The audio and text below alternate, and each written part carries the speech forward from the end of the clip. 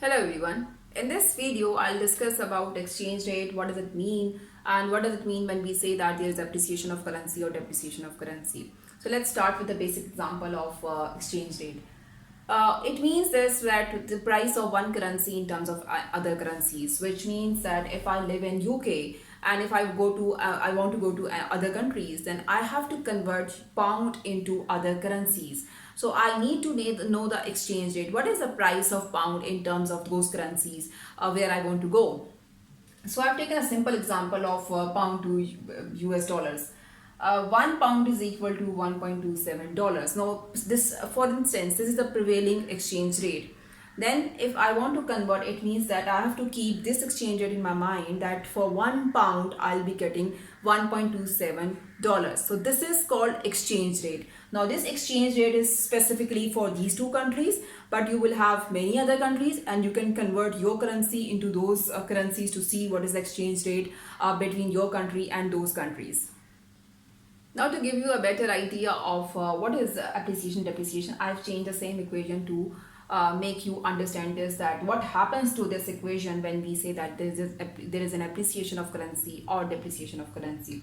So in case of appreciation, 1 pound will be equal to something more than 1.27, which means if I say that $1.50, it means this is an appreciation of pounds.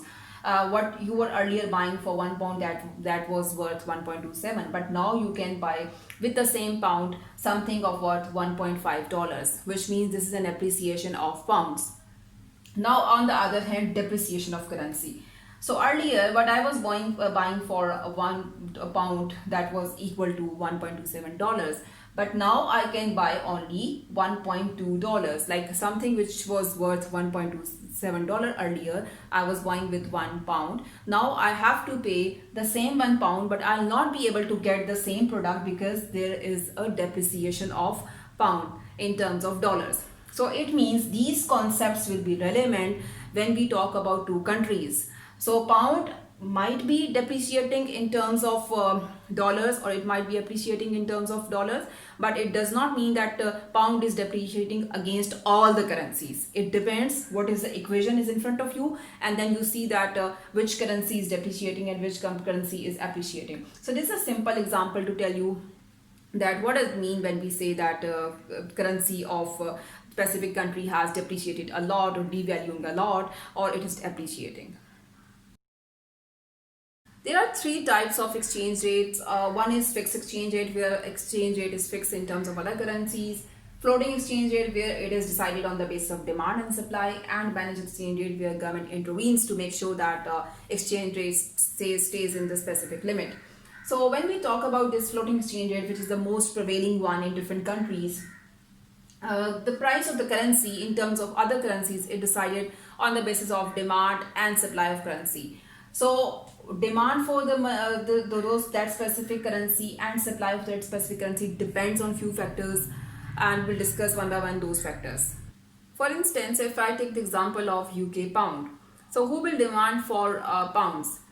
First of all, the exports of the UK, that will decide about the currency's demand. If UK has more exports to other countries and its goods are good and good quality, competitive pricing, then a lot of people will be interested to buy these exports, and then there will be more demand for UK pound. Then the investment prospects in UK, if government is offering a lot of incentives to the investors, a lot of people would be interested to invest their money in UK to start projects, foreign direct investments and other projects in that country. So it means there will be more demand for UK pound. Then there can be speculation about any currency. For instance, that people might expect, or people might speculate about this, that in the future there will be increase in the price of pound. So more people will be interested to buy pound so that they can gain from that after selling when the prices will be high in the future. So this speculation can also cause increase in demand for pound.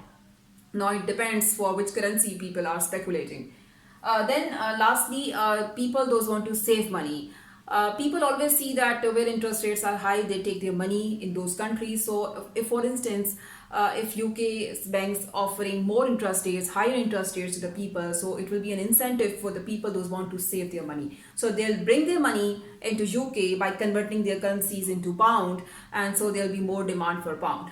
So you will have this typical shape of the demand curve, that is the inverse relationship between the price and quantity.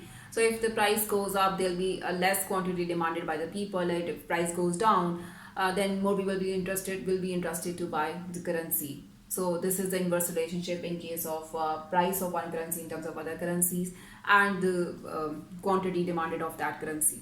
Now about the other side, that how we get the supply of currency. Now these are the points just the opposite of these points. Supply of pound would increase if people want to buy more of imported goods, which means they'll convert their pounds into other currencies, so there'll be more supply of pound in the country. Then if people want to keep their savings into other countries, which means the banks in other countries offer more interest rate, then people would take the savings from UK to other countries. And then if there are better prospects in other countries and they want to move their investment to other countries, that will also cause more supply of pound in the country. Now lastly, about speculation. So if people have these expectations that in future prices of other currencies would increase, for instance for dollar, then they will start converting their pounds into dollars so that they'll gain because of that higher prices in the future. So these are the factors those cause supply of currency, and these are the factors those cause demand for a specific currency. And with the intersection of these two, we get the exchange rate, which will be decided, and it of course changes on the daily basis. There'll be minute changes in this exchange rate. That's all for the exchange rate. Thank you for watching the video. Happy learning.